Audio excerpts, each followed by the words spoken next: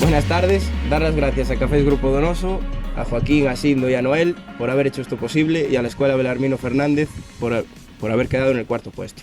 Muchas gracias.